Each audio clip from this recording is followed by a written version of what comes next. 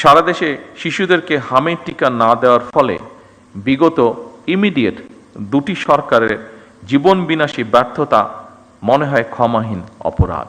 যারা তাদের প্রিয় সন্তানদেরকে হারিয়েছেন সেই সকল পিতা মাতা এবং স্বজনদের কাছে আমি ব্যক্তিগতভাবে আন্তরিকভাবে দুঃখ প্রকাশ করছি।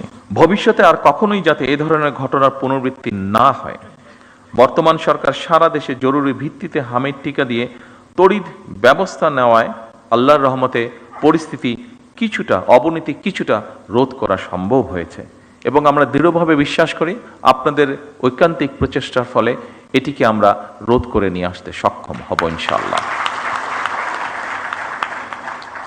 এবং এই জন্য আমরা যেই রোধটি করতে পেরেছি, হঠাৎই সমস্যাটি থেকে শিশুদেরকে রক্ষা করতে পেরেছি, এই জন্য আমি সারা দেশের সকল চিকিৎসক এবং স্বাস্থ্যকর্মী সহ আপনাদের সকলকে সরকারের পক্ষ থেকে আন্তরিক ধন্যবাদ জানাতে চাই। যারা তাদের প্রিয় সন্তানদেরকে হারিয়েছেন সেই সকল পিতা মাতা এবং স্বজনদের কাছে আমি ব্যক্তিগতভাবে আন্তরিকভাবে দুঃখ প্রকাশ করছি। দেশের প্রতিটি হাসপাতাল ও স্বাস্থ্য কেন্দ্রকে জবাবদিহিতার আওতায় এনে নাগরিক স্বাস্থ্যসেবা নিশ্চিত করা মনে হয় এখন সময়ের একটি দাবি। আমাদের অবশ্যই মনে রাখা প্রয়োজন, স্বাস্থ্য এবং চিকিৎসা সেবা নিশ্চিত করা এটি নাগরিকদের প্রতি রাষ্ট্রের করুণা নয়, বরং সুচিকিৎসা নিশ্চিত করা রাষ্ট্রের কর্তব্য।